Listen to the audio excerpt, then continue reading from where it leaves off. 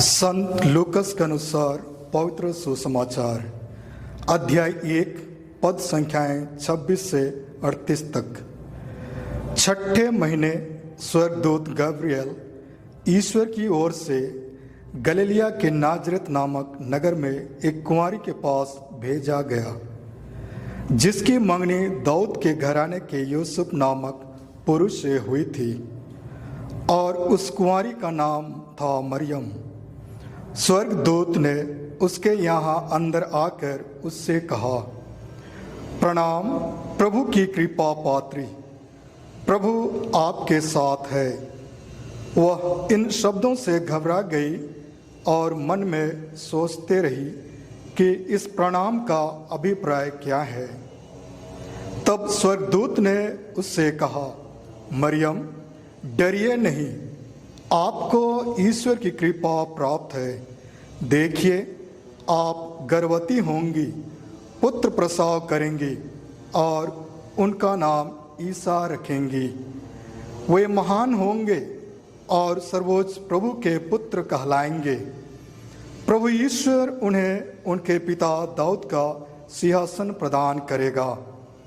वे याकूब के घराने पर सदा सर्वदा राज करेंगे और उनके राज का अंत नहीं होगा।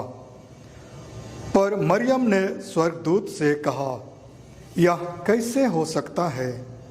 मेरा तो पुरुष से संसर्ग नहीं है। स्वर्गदूत ने उत्तर दिया, पवित्र आत्मा आप पर उतरेगा और सर्वोच्च प्रभु की शक्ति की छाया आप पर पड़ेगी।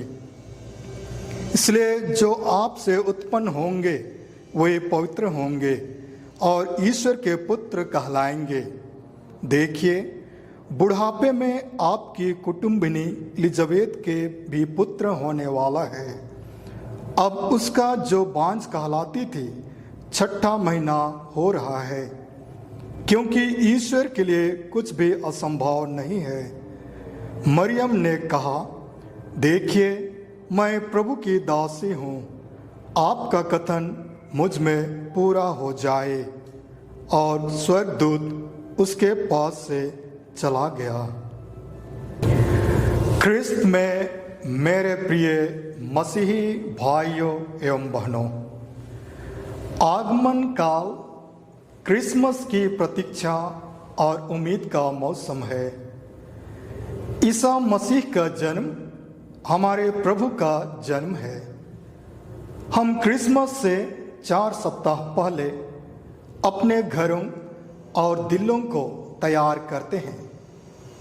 अगर सच कहा जाए तो आगमन एक नए धार्मिक सत्र की शुरुआत है। यह सामान्य समय की लंबी अवधि का समापन करता है और हमें क्रिस्त जयंती की तैयारी में आशा एवं धैर्य के साथ चर्च नए वर्ष में ले आता है। प्रभु यीशु के आगमन से पूर्व 4 रविवार आते हैं, जहां हम 4 प्रकार के मोमबत्तियां जलाते हैं, जो हमारे लिए विशेष अर्थ रखता है। पहला मोमबत्ती भविष्यवाणी मोमबत्ती कहलाती है। प्रभु यीशु ख्रिस्त हमारे मुक्तिदाता के इस दुनिया में आगमन की भविष्यवाणी जो पुराने व्यवस्थान में की गई है। दूसरा मोमबत्ती विश्वास एवं प्रेम के प्रतीक है। तीसरा मोमबत्ती चरवाहों के खुशी की प्रतीक है और चौथा मोमबत्ती प्रेम एवं शांति का प्रतीक है। हम प्रभु यीशु के आगमन के अंतिम पड़ाव में हैं। ऐतिहासिक परंपरा के अनुसार जब माता मरियम प्रार्थना में लीन थी, गब्रिएल दूत दर्शन देकर संदेश दिया कि माता मरियम यीशु की मां बनेंगी। यह सुनकर उन्हें घबराहट हुई, पर वो प्रभु के वचनों पर विश्वास की और ईश्वर की योजना को हाँ कहकर स्वीकार की। देखिए, मैं प्रभु की दासी हूं, आपका कथन मुझ में पूरा हो जाए। सत्य का पथ चुनौतियों का पथ है। जब माता मरियम के जीवन पर गौर करते हैं तो हम पाते हैं कि उन्होंने हमें समर्पित जीवन जीने का रास्ता दिखाया है। उनके जीवन के द्वारा 3 प्रकार की गुण झलकती है। पहला, नम्र एवं विनीत। दूसरा, वफादार एवं ईमानदार। और तीसरा, समर्पण और विश्वास में स्थिरता। मानवीय जीवन सुख और दुख का संगम है। यह कल्पना करना नामुमकिन है कि बिना दुख के जीवन अर्थपूर्ण और सफल हो जाएगा, क्योंकि संघर्ष का कोई विकल्प नहीं है। सफल वे होते हैं जो चुनौतियों का उत्तर धैर्यपूर्वक देते हैं, संघर्ष को गले लगाते हैं, हर विपरीत परिस्थिति में अपने विश्वास में दृढ़ बने रहते हैं और अपने मार्ग से भटकते नहीं हैं। वे न केवल धर्म एवं सिद्धांतों के पक्के होते हैं, बल्कि कर्म के भी सच्चे होते हैं।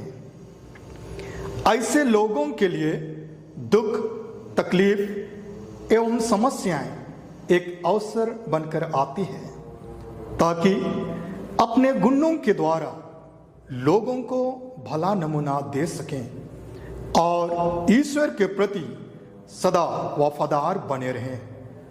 सचमुच माता मरियम ने यही की। किसी पर्व का इंतजार हम बहुत बार बड़ी सरगर्मी से करते हैं। आखिर ऐसा क्यों? क्योंकि पर्व के अवसर पर हमें क्रिसमस गिफ्ट, नए कपड़े और थोड़ा बहुत हमें नशापान करने का अवसर मिलता है।